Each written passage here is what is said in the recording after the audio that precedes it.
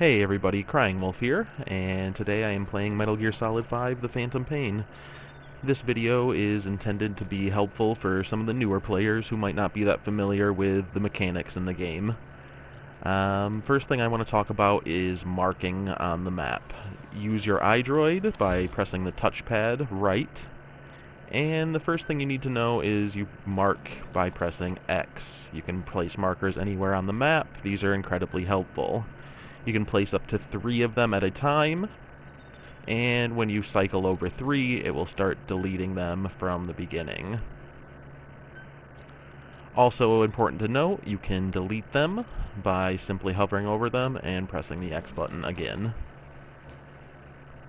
So I'm going to mark a couple locations a little farther down the map on the way to the location, and we'll get going. I do like to mark the direction that I intend to go. You can see that I marked one down the road and then another, so I know which way to cut at the fork.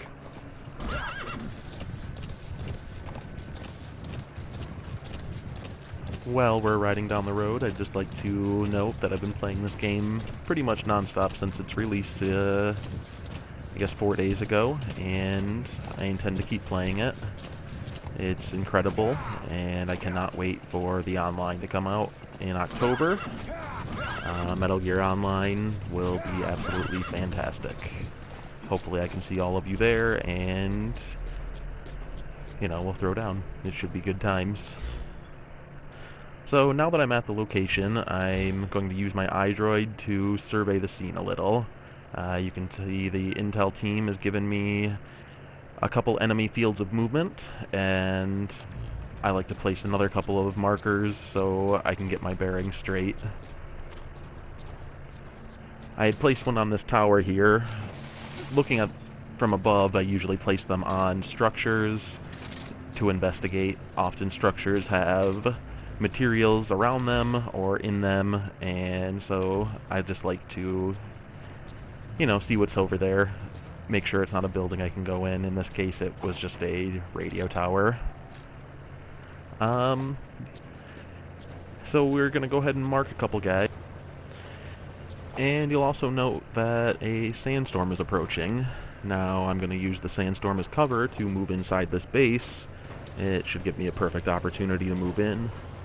I want to try and mark as many enemies as I can, and with the help from the intel team, it shouldn't be too difficult.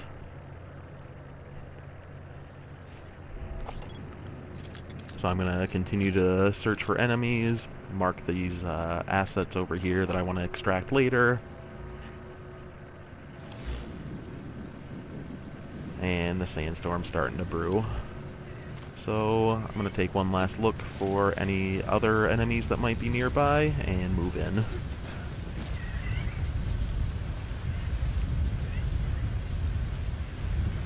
Now, it's good to keep in mind the detection radius on some of the earlier enemies is pretty low, especially during a sandstorm.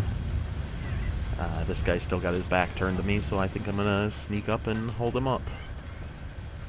Holding guys up is a great way to find out information about where other guards might be located, or any other intel they may have. He doesn't want to tell me where anyone's located, but look at that. You need blueprints. There's one here.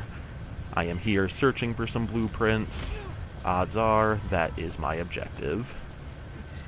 Thanks a lot. I'm going to go ahead and knock him out and bring him along. The Fulton recovery device has very low chances of success in this sandstorm this early in the game. So I'm going to keep this guy on my shoulder until the sandstorm lets up.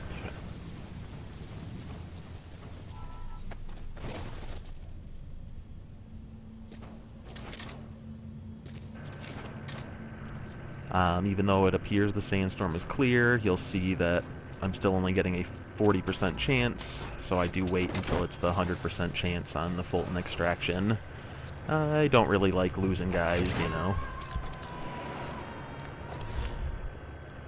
Alright, so it doesn't appear there's too many more guys around for as big as this area is. and he spotted me. That sentry has incredible range. Out here in the daytime, it does make sense. So let's move around. There seems to be a lot more cover off to this side. Even when enemies think they see something, often lone sentries may or may not investigate. A single guy by himself is usually easy to take out in all scenarios. So we're just going to creep up here.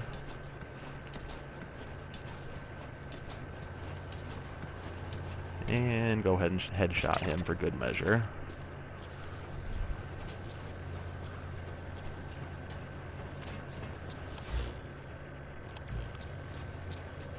Once again, just check the iDroid, make sure the intel team hasn't spotted any new threats.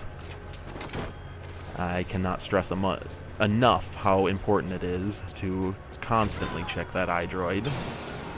Because no one's around, I don't feel too uncomfortable making a bunch of noise and then coming in here and collecting these materials and the blueprints.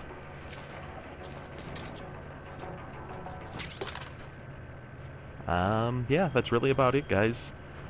This has been the first of what I hope to be many little tip videos. They're not specific tips as much as just a general approach to being smarter. So thanks for watching. Crying Wolf out.